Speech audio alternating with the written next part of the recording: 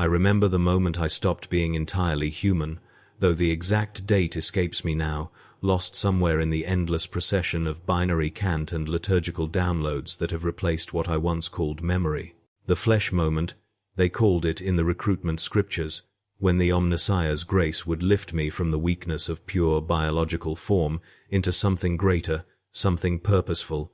I believed those words then, believed them with the fervor of a hive-bottom youth who had never known anything but the grinding poverty of the lower levels, where the air tasted of rust and desperation, where children were born already coughing from the smog that seeped through every crack in the corroded infrastructure. The Adeptus Mechanicus representatives came to our sector during a tithe levy, their red robes pristine among the filth, their mechadendrites moving with a fluid grace that seemed almost obscene in that place of crude angles and failing machinery. They were looking for recruits, they said, for those willing to serve the machine god in the most direct way possible, to become the blessed Skitarii, the soldiers of the Omnissiah. The compensation was listed in their offer: freedom from hive debt for your family, a guaranteed protein ration increase for your registered dependents, and for yourself, transcendence beyond the limitations of weak flesh. I signed the document with a fingerprint scanner that pricked my thumb, drawing a single drop of blood that was analyzed and logged before I'd even lowered my hand. My mother wept, though whether from joy at the debt forgiveness or grief at losing her son, I never quite determined. My father simply nodded, his face expressionless in that way men develop when life has beaten every other reaction out of them. The transport to the Forge World was my first time off-planet, my first time seeing the Hive City from above. A sprawling mass of corroded metal and stone that stretched beyond the horizon, its million-billion lights flickering like dying stars in the toxic haze. I pressed my face to the viewport, watching as we ascended through the atmospheric layers, leaving behind the only world I'd ever known. There were 37 of us in that transport, all young, all from the lower hives, all carrying that same desperate hope that we were ascending toward something better. We spoke little during the journey, each of us wrapped in our own thoughts, our own fears and anticipations. The transport smelled of industrial lubricant and recycled air, and the constant vibration of the engines thrummed through the hull like a mechanical heartbeat. When we finally docked at the Forge World, the temperature difference was immediate, a blast of heat that felt like opening an oven door. Air so dry, it cracked my lips within minutes.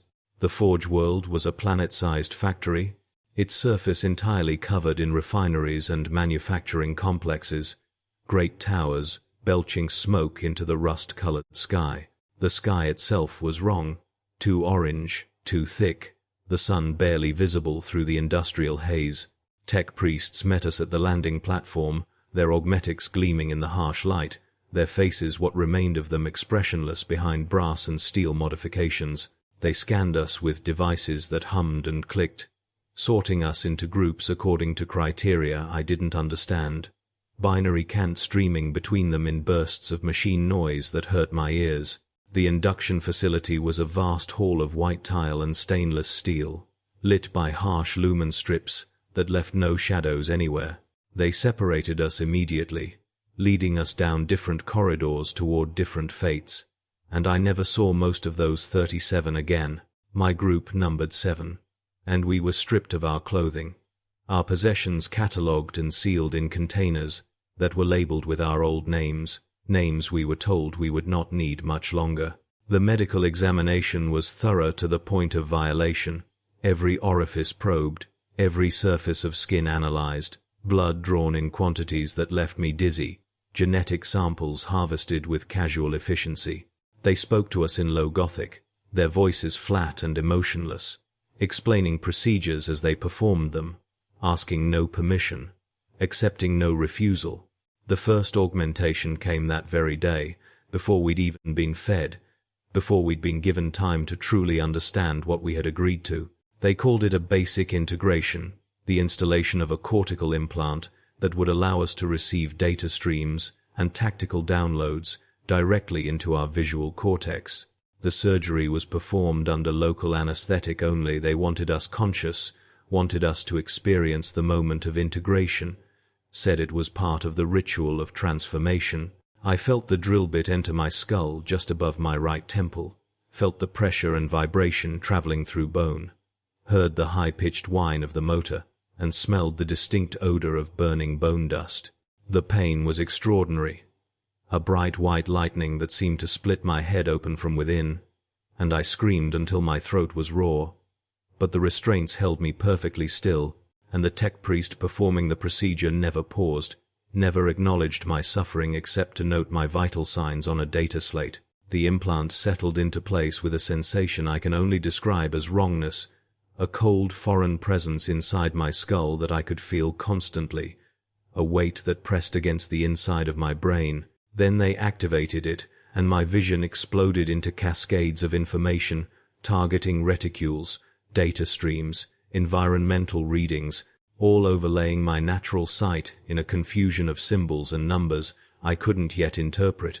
I vomited immediately, my brain unable to process the sensory overload, and the tech priest simply adjusted something on a control panel, dimming the display until it was bearable. They gave us 3 hours to adapt before beginning the next procedure. We spent those hours in a recovery cell, white walls, and a hard bench. No windows, no distractions, just time alone with the alien presence in our heads and the growing realization that we had passed a threshold from which there could be no return. The other 6 in my group were in adjacent cells, and I could hear one of them weeping, the sound muffled by the walls but unmistakable in its despair. I did not weep. Perhaps I should have. Perhaps that was my last chance to express purely human emotion before it began to be edited out of me. The augmentation process continued for what I later learned was 47 days, though I lost track of time during the procedures, days and nights, blending into an endless cycle of surgery, recovery, adaptation, and surgery again. They replaced my legs first, both of them, cutting through flesh and bone with surgical lasers, while I watched in the mirror they'd positioned above the operating table, my mind unable to look away from the sight of my own body being disassembled. The biological components were disposed of in an incinerator duct that opened directly from the operating theater, and I smelled my own flesh burning, that distinctive sweet, acrid odor that I would come to know so well in the years ahead. The mechanical legs were masterpieces of engineering, augmented hydraulics and servo motors wrapped in armored plating, each joint calibrated to specifications that exceeded human norms. When they activated them for the first time, I stood 3 inches taller than before, and my stride was longer, more efficient, each step calculated by micro-cogitators built into the knee joints. The sensation was alien. I could feel the legs, felt the pressure and movement, but it was translated through sensors and reported to my brain as data as much as sensation. I practiced walking for hours, learning the new rhythm, the new balance, while tech priests monitored my progress and made minute adjustments to the control systems. My arms came next, one at a time, the left first, then after a week of adaptation, the right. These were combat-rated augmetics, capable of wielding the specialized weapons of the Skitarii with steadiness no biological limb could match. The hands were articulated with precision that surpassed human dexterity, fingers that could manipulate components measured in micrometers or crush rockcrete with equal facility. They left my shoulders biological, they explained, to maintain the connection to major nerve clusters and blood supplies, but everything from the ball joint downward was steel and synth muscle, powered by a generator implanted in my chest that ran on a combination of my own metabolic processes and a backup power cell that could sustain the augmetics for 72 hours if my biological systems failed. The sensory modifications were more subtle but perhaps more disturbing. They replaced my eyes with augmetic sensors that could see across multiple spectrums, infrared to ultraviolet, with built-in range finding and targeting assistance. The world became sharper but also stranger. Everything limned with data tags and measurement readouts that I had to learn to filter consciously, had to learn to see through to the actual objects beneath the information overlay. They enhanced my hearing, installing receptor nodes that could distinguish individual sounds from cacophonous noise, could isolate a whispered conversation from 100 meters away, or filter out the roar of artillery to hear command vox transmissions. My sense of smell was dulled deliberately, they said, because the battlefields we would walk would assault untrained olfactory systems with stenches that could cause psychological breakdown, but they enhanced my ability to detect certain chemical signatures, promethium, explosives, the pheromone markers of certain xenos species. My sense of touch was perhaps the strangest modification. They couldn't remove it entirely without causing severe psychological side effects, but they could modulate it, could tune the sensitivity of my remaining biological skin, and could program the sensors in my augmetic limbs to translate mechanical data into something my brain would interpret as tactile sensation. The result was a strange doubled awareness I could feel, but I could also read the data about what I was feeling, could know the exact pressure in kilopascals, the exact temperature in degrees, the exact texture coefficient of any surface I touched. It was intimate and alienating simultaneously, a constant reminder that my body was no longer entirely my own, that every sensation was mediated through machinery that could be adjusted, calibrated, even disabled, if the machine god willed it. The cognitive modifications began in the 3rd week, after my body had stabilized into its new configuration. These were the augmentations that would truly transform me from an augmented human into a Skitarii, they explained. The changes that would allow me to receive tactical data streams, to operate in perfect coordination with my squad, to suppress the biological imperatives that interfered with combat efficiency. The first was a dampener implant for my emotional responses, a small device installed at the base of my brain that could modulate the intensity of feelings, could suppress fear responses, could prevent panic or rage from interfering with tactical decision-making. They didn't eliminate emotions. They were careful to explain, because emotional responses served important survival functions, but they could regulate them, could keep them from overwhelming rational thought in combat situations. The activation of this implant was disorienting. I could still feel fear, still feel anger or grief, but the sensations were distant, muffled, like hearing someone speak from behind a heavy door. My thoughts became clearer, more focused, less cluttered with the emotional noise that had always been part of my internal experience. It was peaceful in a way, but also hollow, and I found myself uncertain whether the calm I felt was genuine or merely the imposed tranquility of chemical regulation. The second cognitive augmentation was a tactical data port that allowed direct neural interface with battlefield management systems.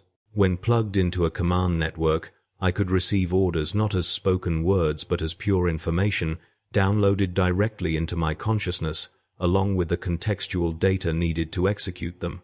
Target coordinates appeared in my vision as instinctively known locations. Threat assessments arrived as intuitive certainty. Squad positions registered as an extended proprioception, as if my squadmates' bodies were extensions of my own awareness. They tested this system extensively, running us through simulation after simulation, building the neural pathways that would allow us to operate as synchronized components of a larger tactical organism. The weapons training began as soon as we could walk and manipulate objects with our new bodies, our augmetic limbs still strange and unpracticed, but already superior to the biological equipment we'd been born with. They issued us the standard Skitarii armaments, the galvanic rifle, holy to the Omnissiah, its charge coils blessed with sacred oils and inscribed with binary catechisms.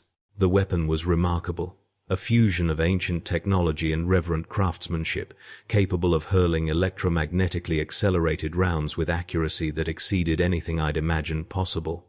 The first time I fired it, the recoil was absorbed perfectly by my augmetic arms, the barrel remaining absolutely steady even as it spat projectiles downrange at hypersonic velocities. My augmetic eyes tracked the round's flight paths, calculating trajectories and compensating for wind drift and gravitational drop automatically, painting the data across my vision in streams of numbers that I was learning to read without conscious thought. We practiced for hours each day.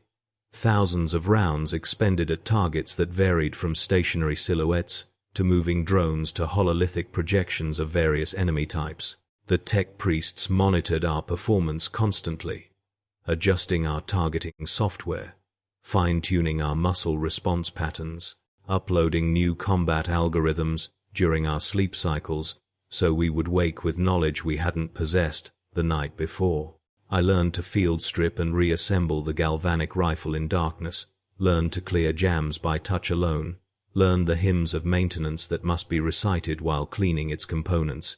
The weapon became an extension of my body more intimate than my augmetic limbs, a sacred tool through which I would enact the Omnissiah's will upon the enemies of the Mechanicus. The indoctrination was constant and comprehensive, woven into every aspect of our training and recovery. We attended sermons in the Forge's chapel manufactorum, vast spaces where tech priests in crimson robes led us in the litanies of the machine, where we chanted binary hymns in voices that were increasingly augmented by vox synthesizers implanted in our throats. The teachings were absolute. The machine god was divine. The Omnissiah was its avatar. The flesh was weak, and only through integration with the sacred machine could humanity approach perfection. We learned that emotion was corruption, that doubt was malfunction, that the individual was nothing compared to the holy function we would serve. They showed us picked recordings of battles, of Skitarii cohorts advancing in perfect synchronization through storms of enemy fire, moving with mechanical precision while biological soldiers broke and fled in terror. They showed us the glory of the Forge worlds, the beauty of perfect function, the divinity inherent in the machine's pure purpose. They showed us the alternative worlds consumed by Xenos, human populations enslaved or devoured, the Imperium's light extinguished in the darkness between the stars. There was no room for doubt in these teachings, no space for questioning the necessity of what had been done to us. We were fortunate, they said, blessed by the Omnissiah's grace, elevated above common humanity to serve a higher purpose. I believed them, or rather, I stopped being able to disbelieve them. The distinction between acceptance and inability to reject, becoming increasingly meaningless as the indoctrination programs ran their course through my modified neural architecture. The final augmentation came on the 47th day, and it was the one I had dreaded most, though I hadn't consciously acknowledged that dread until the moment they led me into the surgical theater. They were going to install a doctrinal programming matrix, a device that would allow direct upload of tactical doctrines, combat strategies, and imperative protocols that could override my conscious decision-making in specific circumstances. The tech priest explained it clinically in situations where hesitation could mean mission failure or loss of the squad. The matrix could execute pre-programmed responses faster than conscious thought, could make me act before fear or doubt could interfere. It was for my protection, they said, for the protection of my squadmates, for the greater efficiency of the Omnissiah's military forces. The device would be installed deep in my brain, integrated with the emotional dampener and the tactical data port, creating a unified system that could regulate thought, feeling, and action according to predetermined parameters. I wanted to refuse, wanted to run, but my augmetic legs carried me to the operating table when commanded, and my augmetic arms positioned themselves for restraint without my conscious direction, and I realized with a cold clarity that I had already lost the ability to truly resist, that the modifications that had come before had already taken from me the capacity for meaningful rebellion. The drill whined again, a sound I had learned to hate with an intensity that surprised me given my emotional dampening, and I felt new violations inside my skull, new foreign presences taking root in the tissue that had once been purely mine. The activation of the matrix was different from the other implants. It came with a flood of information, tactical scenarios and combat protocols and threat response patterns downloading directly into my memory as if I had always known them, as if they were instincts rather than programming. I knew how to clear a structure room by room, knew how to advance under artillery fire, knew how to coordinate fire with my squadmates to maximum effect, and I knew these things with the same certainty with which I knew my own name, except I was no longer entirely certain of my own name. The designation, Alpha 7 Theta 9, now feeling more natural than the name my mother had given me, in that distant hive city that seemed like a memory from someone else's life. The training intensified after augmentation completion, moving from individual skills to squad-level operations to cohort-level maneuvers. They formed us into squads of 10 Skitarii, each of us specialized in different combat roles, but all linked through the tactical data network into a single coordinated organism. My designation placed me as a standard infantry unit, armed with the galvanic rifle, responsible for sustained fire support and medium-range threat elimination. Others in my squad carried arc rifles for dealing with heavily armored targets, or transuranic arquebuses for precision elimination of high-value objectives at extreme range. We had a squad leader, designated Alpha Prime, whose augmentations were even more extensive than ours, who carried a direct command link to the cohort control network, and whose tactical matrix could coordinate our actions with a precision that seemed almost precognitive. We trained in every environment the Forge world could simulate: urban ruins, industrial complexes, open plains, hostile xenoflora, subterranean tunnels, void ship corridors. We learned to fight in vacuum, our bodies sealed in environment suits that integrated seamlessly with our augmetics, our enhanced lungs able to function on minimal oxygen for extended periods. We learned to fight in toxic atmospheres, our respiratory systems enhanced with filtration augmetics that could scrub all but the most corrosive gases from the air we breathed. We learned to fight in extreme temperatures, our thermal regulation systems maintaining optimal performance in conditions that would kill unaugmented humans within minutes. The training was brutal. Casualties were not uncommon, and Skitarii, who fell during exercises, were harvested for their still functional augmetics, and their organic components were sent to the corpse starch processing plants that fed the Forge world's population. There was no ceremony for the fallen, no mourning permitted, only a notation in the cohort records and the redistribution of their equipment to replacement units. I watched squadmates fall during live fire exercises, watched them die from malfunctions in their augmetics, or from failures of judgment, or simply from the randomness of combat, even in controlled conditions, and I felt nothing. Or rather, I felt the dampened echo of what might once have been grief, a distant acknowledgement of loss that never reached the intensity required to distract me from my training protocols. The deployment order came without warning, as I understand now that all deployment orders do in the Adeptus Mechanicus. We were assembled in the morning muster, our cohort of 300 Skitarii standing in perfect ranks on the parade ground beneath the rust-colored sky, and Amagos in elaborate ceremonial augmentation informed us that we were now deemed combat-ready, that we would be deployed to a war zone where the Omnissiah's interests required military action.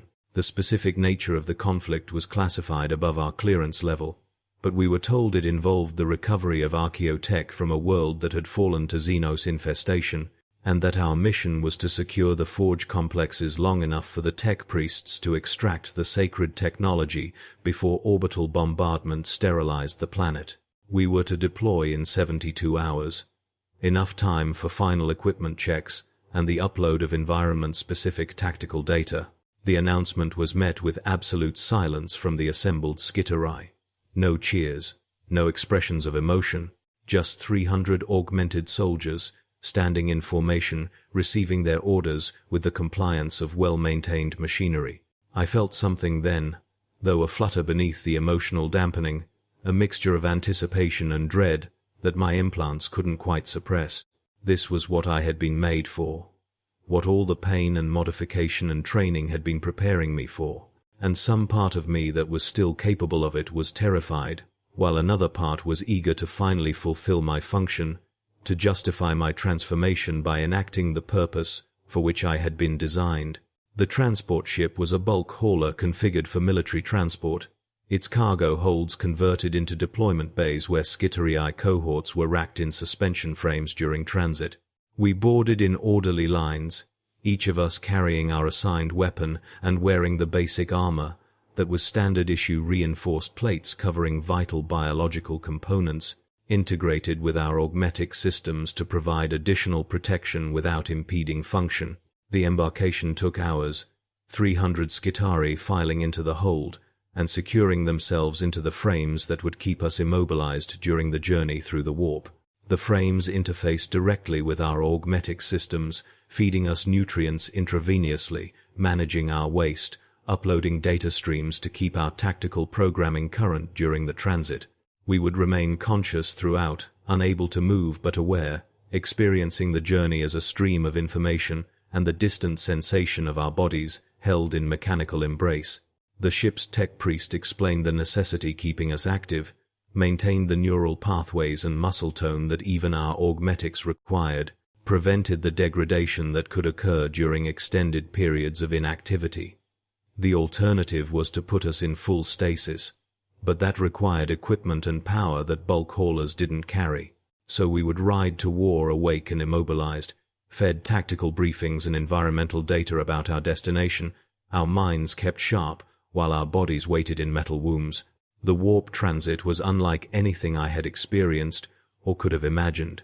The ship entered the Imperium 3 days after our boarding, and the sensation was immediately wrong in ways that violated my augmented senses and biological instincts simultaneously. My tactical displays erupted with error messages, my targeting systems unable to lock onto anything, my environmental sensors reporting impossible readings, distances that contradicted themselves, temperatures that shifted between extremes without transition, atmospheric compositions that couldn't exist.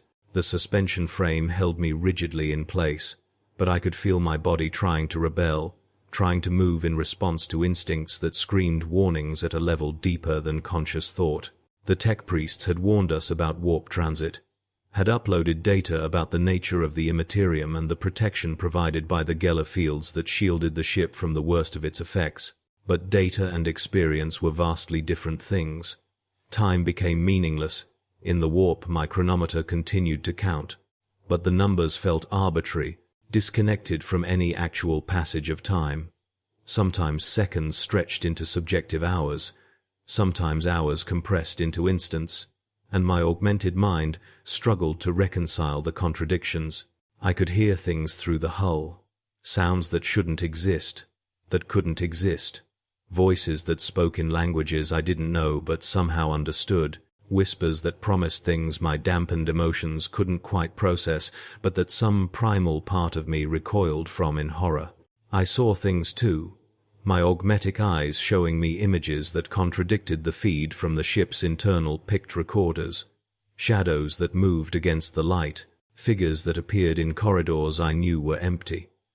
Other Skitarii reported similar experiences over the squad VoxNet, their voices flat and emotionless even as they described impossible phenomena, and our squad leader responded with binary cant that triggered subroutines in our doctrinal matrices, suppressions and filters that helped us maintain function despite the sensory chaos. The warp transit lasted 14 days by the ship's chronometer, but it felt both shorter and longer than that, time having lost its reliable flow in that place between spaces. When we finally translated back into real space, the transition was violently abrupt, reality reasserting itself with a jolt that I felt through the suspension frame, my sensors suddenly resolving into stable readings and accurate measurements. My tactical display immediately populated with new data. We had arrived in system, were beginning approach to the target world, and deployment was scheduled for 20 hours from translation. The world was designated only by an alphanumeric code in our briefing data, no name, just a set of coordinates and tactical parameters.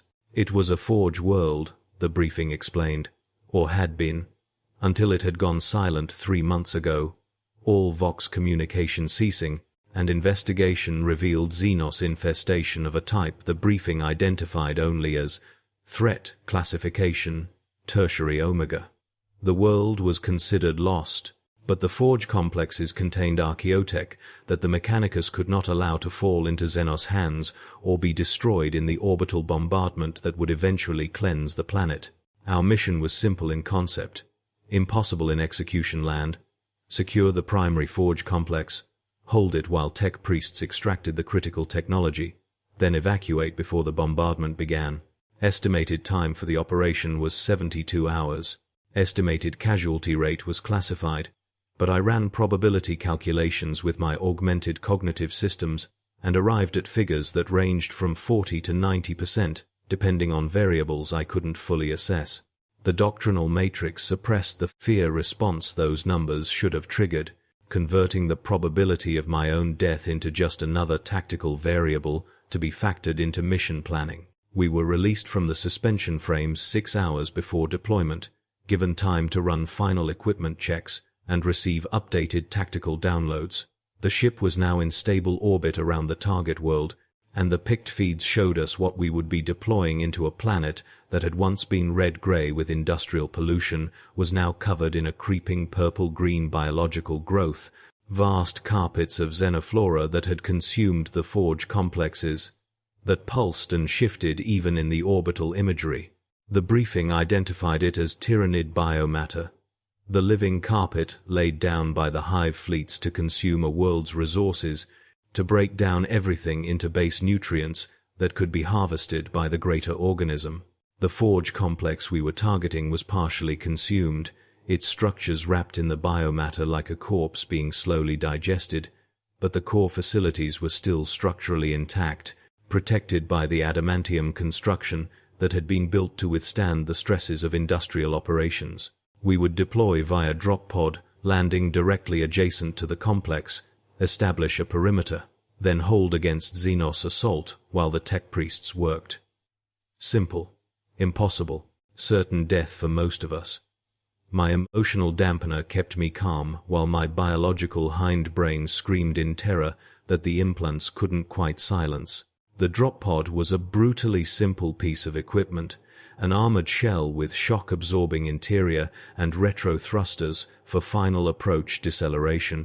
Each pod held 10 Skitarii, a full squad, and we were loaded into them in our designated groups, strapped into harnesses that would hopefully keep us from being pulped by the deceleration forces. The interior smelled of machine oil and the recycled air from the ventilation system that hissed quietly in the confined space.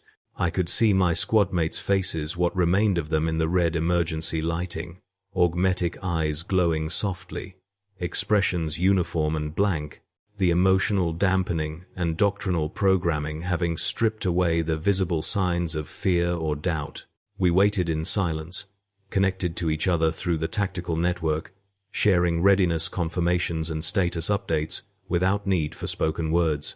The launch was violent, a sudden acceleration that pressed me into the harness with force that would have broken unaugmented bones, the pod shuddering as it was flung from the ship's launch tubes toward the planet below. My augmented senses could track our trajectory, could feel the pod beginning to tumble as it entered the atmosphere, could hear the roar of air against the hull as friction heated the exterior to temperatures that would melt human flesh. The retro thrusters fired in staccato bursts, correcting our trajectory, slowing our descent from suicidal velocity to merely catastrophic. The final deceleration was crushing, my vision narrowing to a tunnel, blood being forced away from my brain despite my augmented cardiovascular system's best efforts. The impact was stunning, the pod slamming into the ground with force that transmitted through every bolt and rivet, the shock absorbers screaming as they dissipated the kinetic energy. For a moment there was silence, absolute and ringing, and then the pod's hatches blew with explosive charges, petals of armored metal flowering outward to release us into the war. The world beyond the pod was immediately hostile in ways my briefing data had not adequately conveyed. The air was thick with spores and pollutants, visible as a purple-tinged haze that reduced visibility to less than 100 meters. My respiratory filtration systems engaged automatically, scrubbing the worst of the toxins from what I breathed, but I could still taste it, a bitter organic flavor that coated my mouth and throat. The ground beneath my augmetic feet was soft and yielding, the tyrannid biomatter forming a carpet of interwoven organic structures that pulsed with some internal rhythm that responded to our presence by rippling and shifting, sending chemical signals through the vast network that covered the planet. My thermal sensors showed the biomatter was warm, several degrees above ambient temperature, generating heat through its metabolic processes. My audio sensors picked up sounds from every direction, skittering movements, Wet, organic sliding sounds, distant screeches and roars that spoke of predatory organisms already aware of our presence. The forge complex rose before us, its structures dark and wrapped in the tyrannid growth, great strands of biomatter having grown up the walls like ivy, having forced entry through every opening, having begun the process of consuming the metal and stone to fuel the hive fleet's endless hunger. Other drop pods had landed around the perimeter, our cohort dispersing into defensive positions according to predetermined tactical patterns, each squad taking assigned sectors, overlapping fields of fire, establishing the killing ground where we would meet the inevitable Xenos assault. We didn't have to wait long. The Tyranids came at us in a wave barely 15 minutes after landing, the biomatter suddenly erupting with creatures that had been lying dormant beneath its surface, waiting for prey to arrive. They were small organisms. The briefing data identified them as hormagaunts, but there were hundreds of them, a chittering mass of blade-armed Xenos charging across the biomatter toward our positions with terrifying speed. My targeting systems locked onto the mass, designating priority targets, calculating optimal fire patterns to maximize casualties, and my doctrinal matrix executed the combat protocols before my conscious mind could fully process the threat. I raised my galvanic rifle and began firing, the weapon spitting electromagnetically accelerated rounds into the approaching swarm, each shot tracked by my augmetic eyes, each hit confirmed by visual observation and logged by my tactical computer. The rounds punched through chitin and flesh with devastating effect, the hypervelocity projectiles creating massive hydrostatic shock that shattered internal structures and dropped Xenos with each hit. Around me, my squadmates were firing in synchronized patterns, our tactical network coordinating our fire to avoid redundancy, to create interlocking kill zones that nothing could cross alive. The hormagaunts died in droves, their bodies piling up on the biomatter carpet that absorbed their fluids and began immediately recycling their biomass back into the hive fleet's resource pool. But they kept coming, driven by a hunger that transcended individual survival, and I killed and killed and killed, my augmetic arms holding the rifle absolutely steady, my targeting systems never missing, my ammunition counter ticking down while some distant part of my mind wondered if I had enough bullets to kill them all before they reached our lines. The larger organisms came next, warriors and carnifexes, bio-weapons bred for war, their carapaces thick enough to resist our standard rounds, requiring concentrated fire or specialized ammunition to penetrate. My squad leader directed our fire through the tactical network, designating targets for specific weapons, coordinating our efforts to bring down the larger Xenos efficiently. I watched an arc rifle wielder in my squad engage a warrior, the weapon spitting lightning that arced across the distance to strike the Xenos. Electricity playing over its carapace and seeking weak points, cooking it from within until it collapsed in a twitching heap. I watched a transuranic arquebus fire its single precision shot, the round traveling downrange with perfect accuracy to punch through a carnifex's armor at a seam, the specialized ammunition detonating inside the creature's body and blowing it apart from within, scattering biomass across the battlefield. The battle became a rhythm, a mechanical process of target acquisition and elimination, my augmented systems and combat programming reducing warfare to a series of mathematical problems to be solved with applied violence.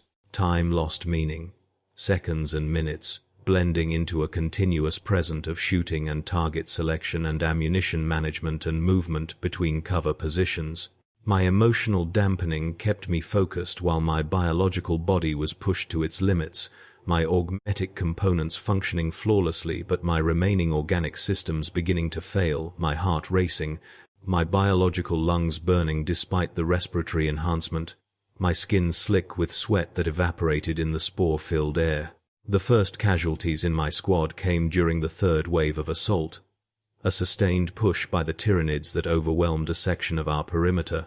I watched Theta 4 take a bioweapon hit, some form of organic projectile that struck his chest and burst on impact, spreading caustic acid that ate through his armor and the biological tissue beneath. He fell screaming, or tried to, his Vox synthesizer garbling the sound into static while his body thrashed in the corrosive fluid, And then his doctrinal matrix executed emergency protocols and flooded his system with enough sedatives to stop his heart rather than let him suffer. His augmetics would be recovered later if we survived, I knew.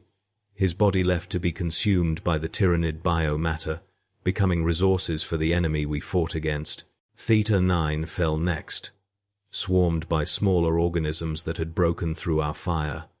Pulled down and torn apart despite his augmetic strength, his final moments transmitted over the squad network as data vitals crashing, damage reports from his systems, and then abrupt silence as his components failed. I felt nothing watching my squad mates die, or felt only the distant echo of what might have been grief or horror. My dampeners and programming keeping me functional, keeping me fighting, converting their deaths from tragedies into tactical updates about reduced squad strength and adjusted fire patterns. We held the perimeter for 16 hours of continuous combat, the Tyranids attacking in waves that broke against our positions with varying levels of success. We lost 42 Skitarii from our cohort in that first engagement period, 14% casualties, within acceptable parameters, according to the tactical assessments my augmented mind automatically calculated.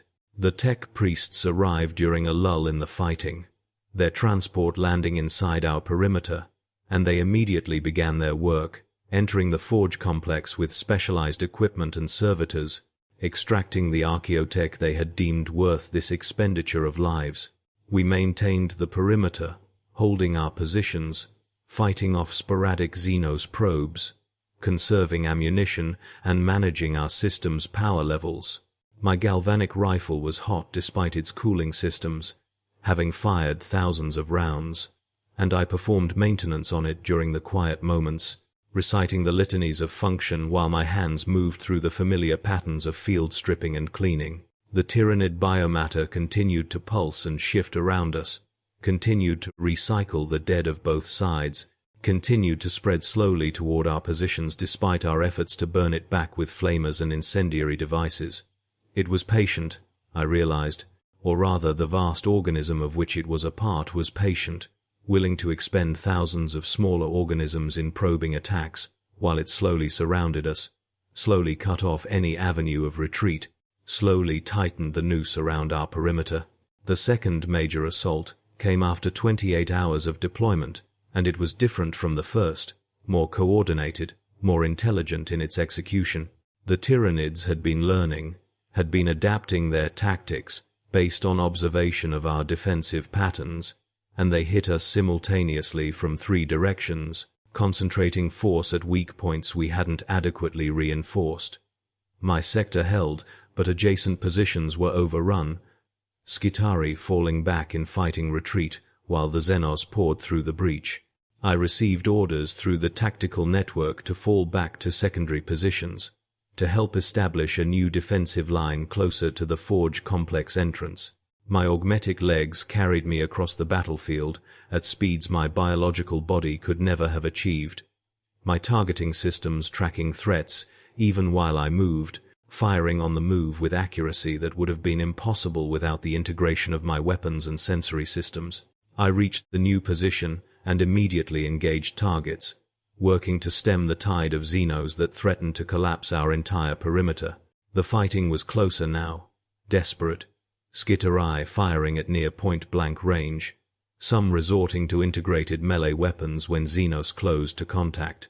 I watched Alpha 6 engage a warrior in close combat, his augmetic arms wielding a power axe that crackled with disruptive energies, cleaving through chitin and flesh, while his armor absorbed claw strikes that would have disemboweled an unaugmented human. He killed the warrior but took massive damage in the process, his biological components exposed and bleeding, and he stood in our defensive line for another 40 minutes before blood loss finally shut down his systems and he collapsed, still holding his weapon, still facing the enemy, dying in function. The tech priests completed their extraction after 41 hours of continuous operations, emerging from the forge complex with servitors loaded down with recovered archaeotech, with data cores and component assemblies that justified, in the Mechanicus's calculations, the blood we had spent to recover them. The evacuation order came immediately, transmitted through the tactical network as a priority override command that began executing before my conscious mind could fully process it. We were to fall back to the extraction point, 2 kilometers from our current position, where landers would recover what remained of our cohort for return to orbit. The retreat was a fighting withdrawal, squads taking turns covering each other's movements, trading space for the time needed to disengage from the Xenos that pressed us from all sides. My squad was designated rear guard for our section, meaning we would be the last to fall back, meaning our casualty probability was highest, meaning we were statistically unlikely to survive to extraction. The doctrinal matrix processed this information without emotional response, simply adjusting tactical priorities to maximize the probability that the rest of the cohort would successfully disengage even if we did not. The retreat was a nightmare of continuous combat, every meter purchased with ammunition and lives.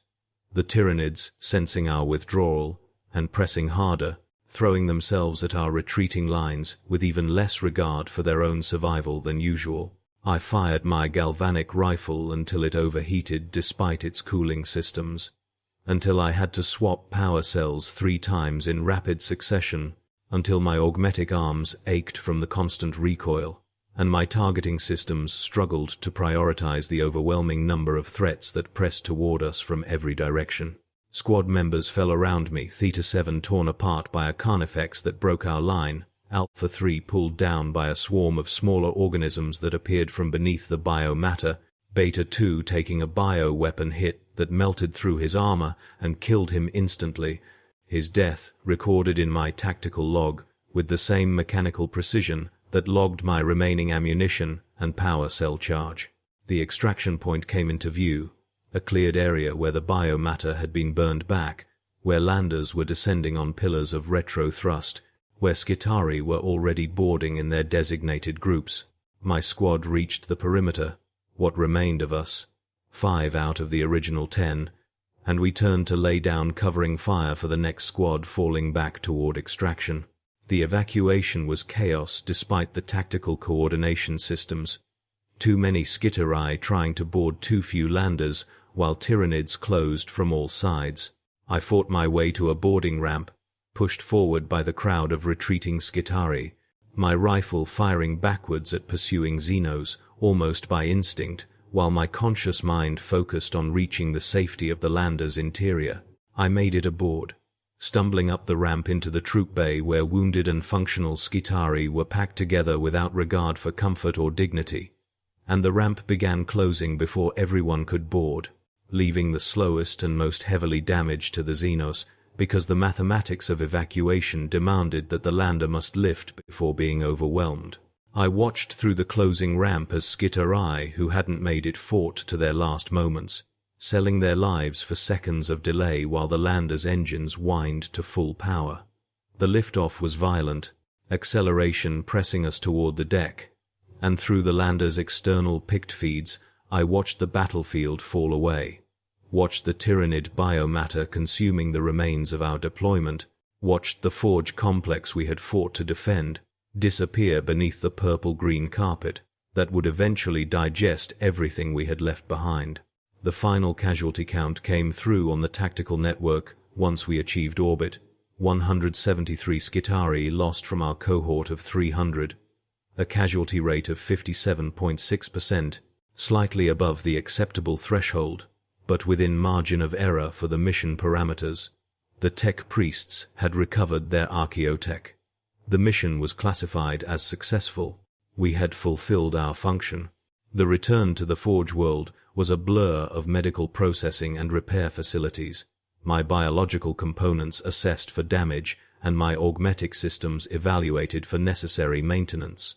I had taken damage I hadn't fully registered during the fighting, multiple microfractures in my augmetic legs support structures, wear in my rifle arms servos from extended firing, minor breaches in my armor that had exposed biological tissue to the Tyranid spore-saturated air.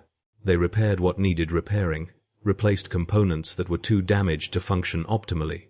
uploaded after-action data from my tactical logs for analysis and integration into training protocols.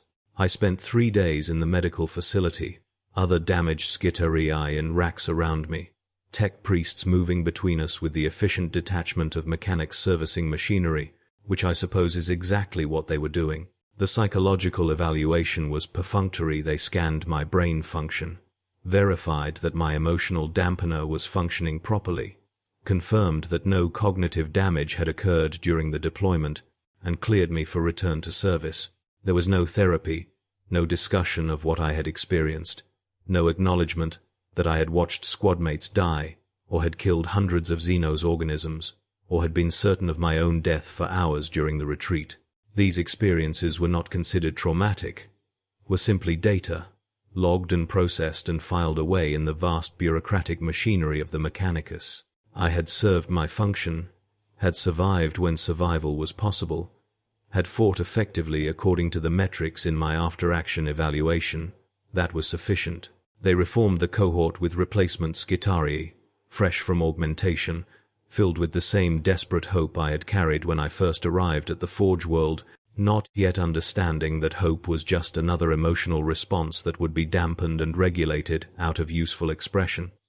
I watched them during training exercises, saw my own transformation reflected in their progression, from awkward incompetence with their new bodies to efficient mechanical function, saw the light in their augmetic eyes, dim as the indoctrination and programming took hold, saw them become what I had become. I tried to remember what I had felt before, when I could still feel fully, when emotions were not distant echoes filtered through chemical regulation and programmed responses. The memories were there in my enhanced recall, perfectly preserved in crystal clarity, but they felt like records of someone else's experiences, not my own, the person I had been before augmentation receding into irrelevance as the person I had become grew more firmly established.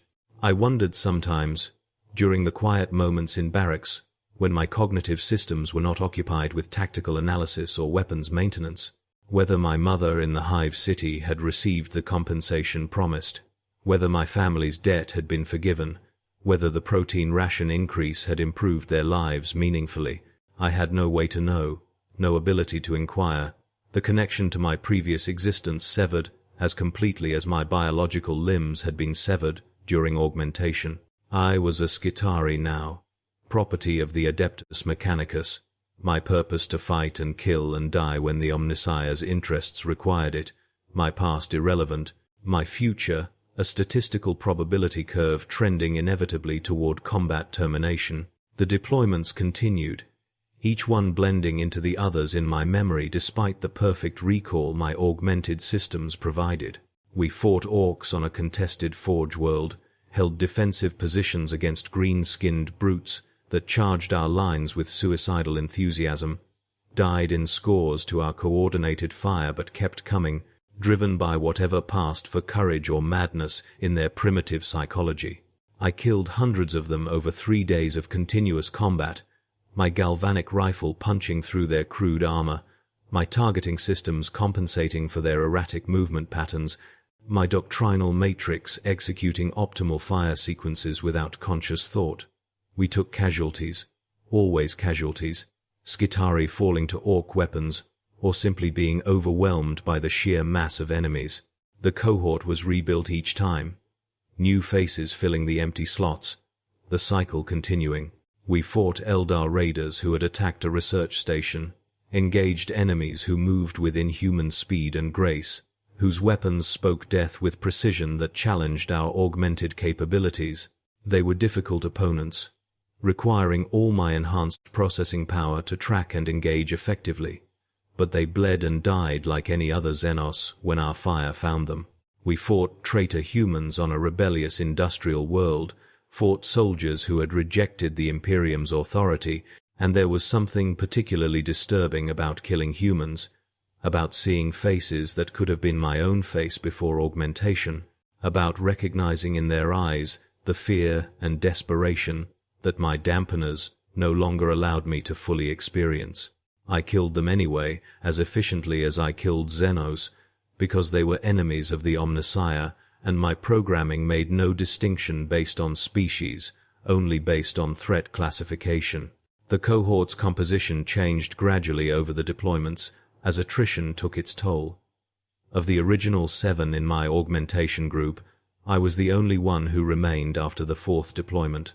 The others had fallen in various battles, their names logged in my memory along with the circumstances of their deaths, their augmetics recovered and repurposed, their biological components disposed of or recycled according to Mechanicus protocols.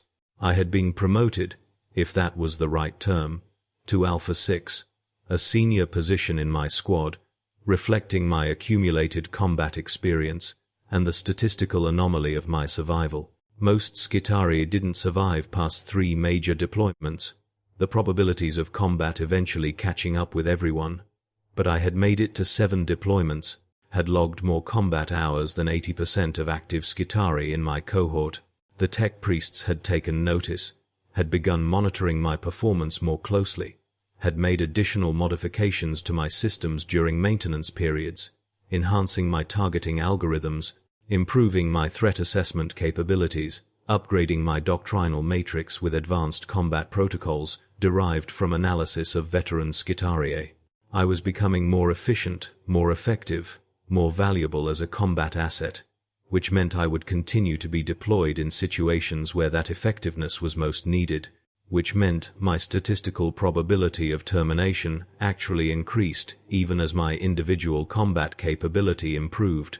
The nature of my existence had become purely cyclical deployment, combat, survival or death, repair, training, deployment again.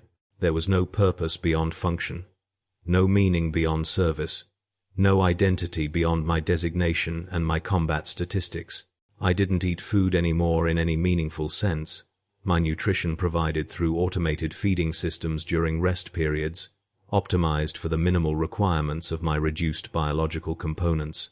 I didn't sleep in normal patterns, my rest periods managed by my augmetic systems to ensure optimal cognitive function while minimizing downtime. I didn't speak much, communication with other Skitarii handled primarily through the tactical network, binary cant more efficient than low Gothic for most exchanges. When I did speak, my voice came out flat and emotionless through my Vox synthesizer, the inflections and tones that communicated feeling in human speech stripped away by the mechanical reproduction. I was losing my humanity incrementally, so gradually that I couldn't identify a single moment of transformation, couldn't point to when I stopped being a human with machine parts and became a machine with human parts. Perhaps that threshold had been crossed during my first augmentation, when they drilled into my skull and installed the cortical implant. Perhaps it happened later, during one of the many modifications and upgrades that had accumulated over my service period. Perhaps it was happening still, each deployment stripping away another layer of what I had been, each kill recorded in my tactical logs, hollowing out something essential that the dampeners and programming couldn't quite replace.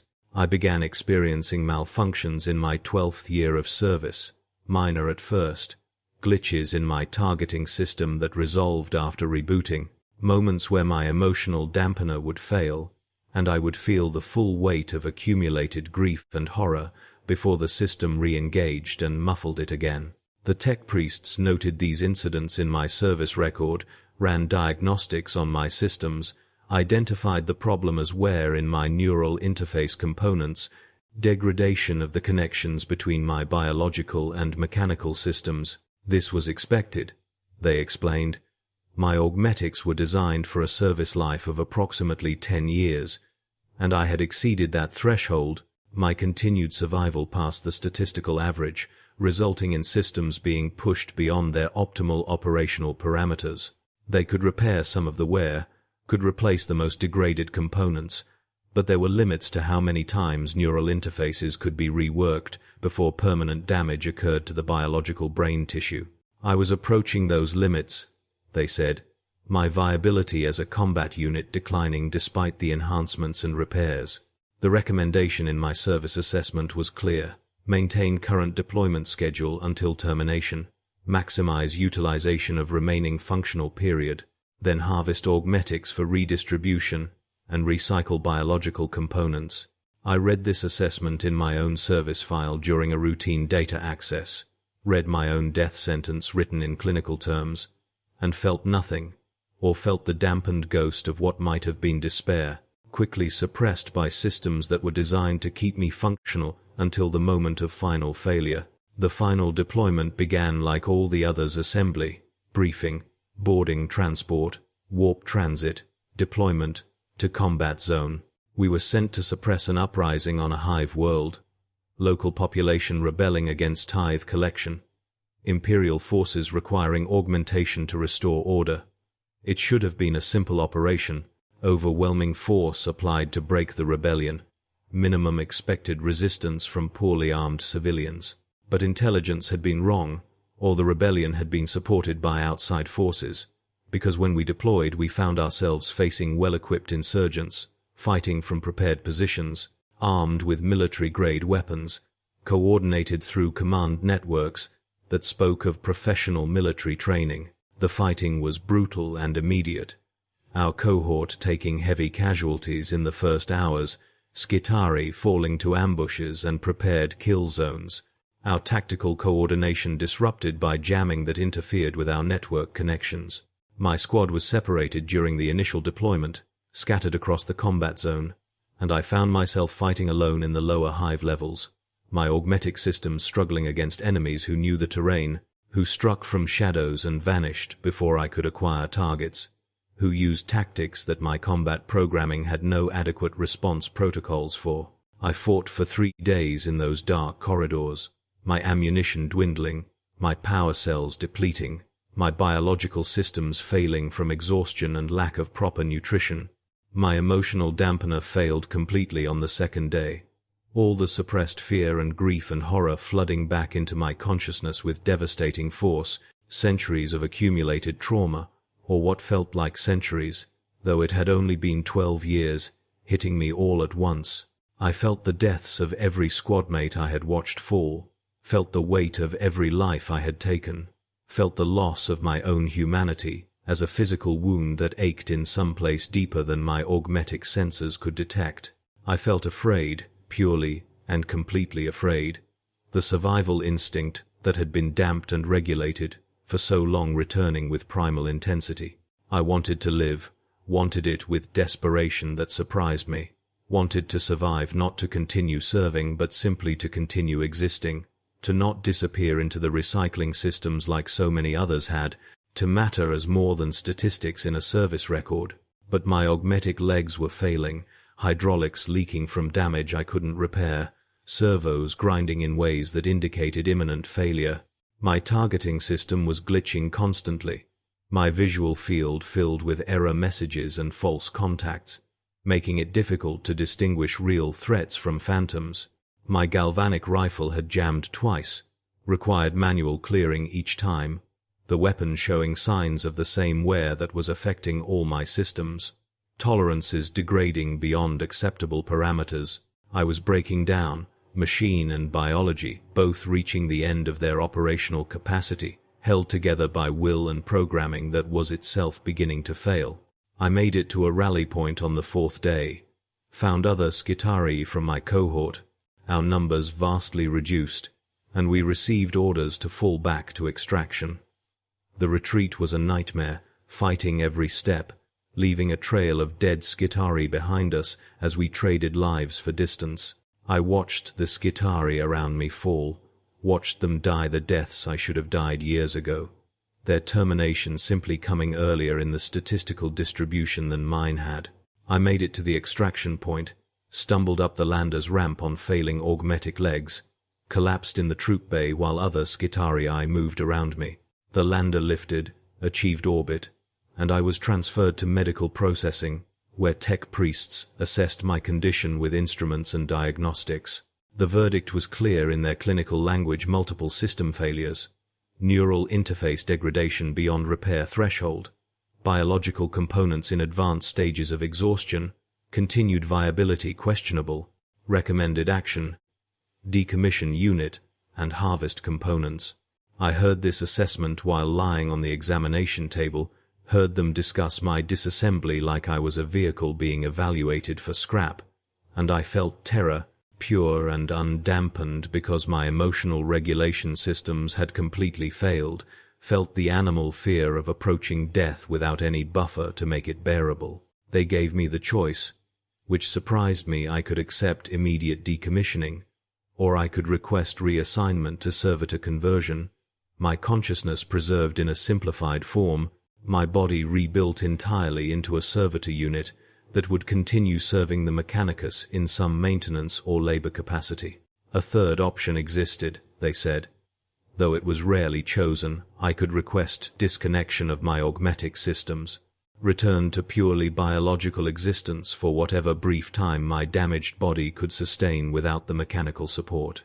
Each option was presented with the same clinical detachment, no judgment, no preference indicated, just information provided to allow me to make a final choice. I tried to speak, but my Vox synthesizer had failed, my voice emerging as a wet biological sound from a throat that had not been used to speak naturally in years. I gestured to a data slate, typed out my choice with augmetic fingers that barely responded to my commands. I chose disconnection, chose to die as something closer to human than I had been for years, chose to feel my death as a biological organism rather than as a machine failure. They processed the request with the same efficiency they processed everything, transferred me to a medical bay where they began the disconnection procedures, removing interfaces, shutting down systems, gradually separating my consciousness from the augmetic components that had sustained it for so long. The process was agonizing, each disconnection like losing a sense, my world contracting as capabilities I had relied on were stripped away. My augmetic eyes went dark, and suddenly I could see only dimly through biological eyes that had not been primary for years, everything blurry and limited, the data overlays gone, leaving only raw, unprocessed sensation. My hearing faded to human ranges, the enhanced audio reception gone, sounds becoming muffled and unclear. My limbs grew heavy as the augmetic components powered down, their mechanical strength vanishing, leaving only weak biological muscles that could barely support me. They left me with minimal biological function, a body that had been maintained only as life support for the augmetic systems that had done the real work, organs that had been neglected and suppressed, now forced to carry a burden they were not equipped to handle. I was moved to a recovery cell, more mercy than I had expected, a small room with a bed where I could spend my remaining time. They did not tell me how long I had. Hours, perhaps days if my body was more resilient than expected. I lay on the bed feeling everything, all the pain and exhaustion and damage that the augmetic systems had been compensating for, feeling it for the first time in years without any buffer or dampening. My chest ached with each breath, my heart stuttered irregularly, my remaining limbs trembled with weakness, but I could feel it all, could experience my body's failure as a human experience rather than a system diagnostic, and there was something almost precious in that, in being allowed to die as something close to what I had been born as rather than as the machine I had become.